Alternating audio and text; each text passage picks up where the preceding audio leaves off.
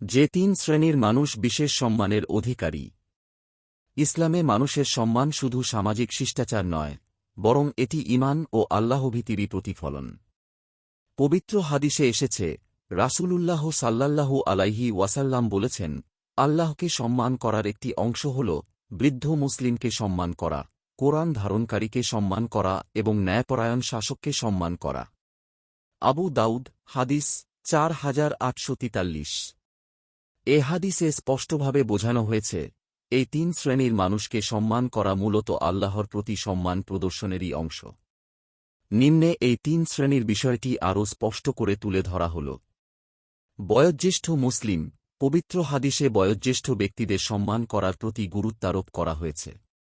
হাদিসের ভাষ্যমতে, আল্লাহ তাআলার প্রতি ভক্তি সম্মান প্রদর্শনের দাবি হল মজলিস বৈঠকে প্রবীণ ও বয়স্ক মুসলিমদের সম্মানজনক স্থানে বসানো, তাদের প্রতি ভক্তিপূর্ণ আচরণ করা, প্রয়োজনীয় ক্ষেত্রে তাদের যথাযথ সেবাযত্ন করা।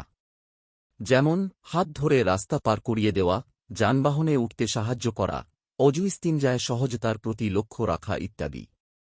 রাসূলুল্লাহ সাল্লাল্লাহু আলাইহি ওয়াসাল্লাম বলেছেন, যে আমাদের ছোটদের দয়া করে না এবং বড়দের সম্মান করে না, সে আমাদের অন্তর্ভুক্ত নয়। তিরমিজি, হাদিস 1920। আবু দাউদ, হাদিস 4943। এটি প্রমাণ করে যে বয়োজ্যেষ্ঠদের সম্মান করা ইসলামী চরিত্রের মৌলিক একটা অংশ। বর্তমান সমাজের অনেক জায়গায় দেখা যায়, তরুণরা বড়দের কথা শোনে না, অসম্মানজনক আচরণ করে এবং তাদের অভিজ্ঞতাকে গুরুত্ব দেয় না। পারিবারিক ও সামাজিক জীবনে বড়দের প্রতি সেই আগের মতো শ্রদ্ধাবোধ অনেকটাই কমে গেছে। ফলে পারিবারিক বন্ধন দুর্বল হচ্ছে। আলেম তথা কোরআনধারী ব্যক্তি, যারা মহাগ্রন্থ আল কোরআনের জ্ঞান ধারণ করেন ও তা প্রচার করেন, মহান আল্লাহর দরবারে তাদের বিশেষ সম্মান রয়েছে।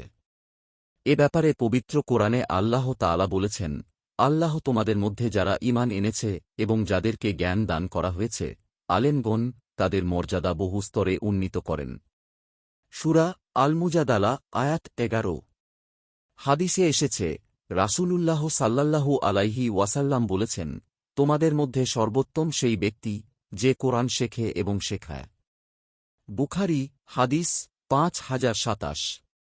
অন্য হাদিসে এসেছে, আলেমরা নবীগণের উত্তরাধিকারী। তিরমিজি, হাদিস 2682। আলেমদের সম্মান করা মানে দ্বীনের আলোকে সম্মান করা, কারণ তাঁরা নবীদের উত্তরাধিকারী। আলেমদের অবমাননা করা মূলত ইলম ও শরীয়তের মর্যাদাকে ক্ষুণ্ণ করা। বর্তমানে অনেক ক্ষেত্রে আলেম ও কোরআনধারী ব্যক্তিদের যথাযথ সম্মান দেওয়া হয় না।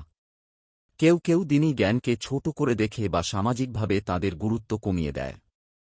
অথচ সমাজের নৈতিক দিক নির্দেশনার মূল ভিত্তি তাঁরা। এই অবমূল্যায়ন সমাজে দ্বীনী চেতনা দুর্বল করে দিচ্ছে।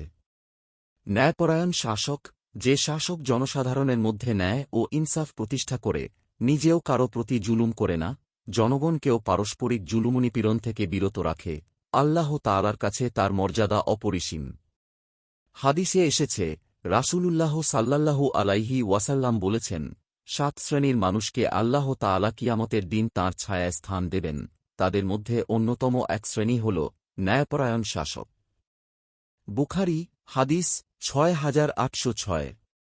অন্য হাদিসে এসেছে, আল্লাহর কাছে সবচেয়ে প্রিয় সেই ব্যক্তি, যে মানুষের জন্য বেশি উপকারী। আল মুজামুল আওসাত, হাদিস 5787। যে সমাজ বয়োজ্যেষ্ঠ আলেম ও ন্যায়পরায়ণ নেতৃত্বকে সম্মান করতে শেখে, সে সমাজেই নৈতিকতা, স্থিতি ও বরকত প্রতিষ্ঠিত হয়। আর যেখানে এ সম্মান লোপ পায়, সেখানে নৈতিক অবক্ষয় ও সামাজিক অস্থিরতা অনিবার্য হয়ে ওঠে। আল্লাহ তাআলা আমাদের ইসলামের সঠিক বুঝ দান করুন। আপনার একটি শেয়ার হয়তো কারো জীবন বদলে দিতে পারে।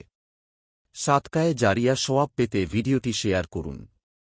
সোর্স: ইসলামী জীবন, কালের কণ্ঠ।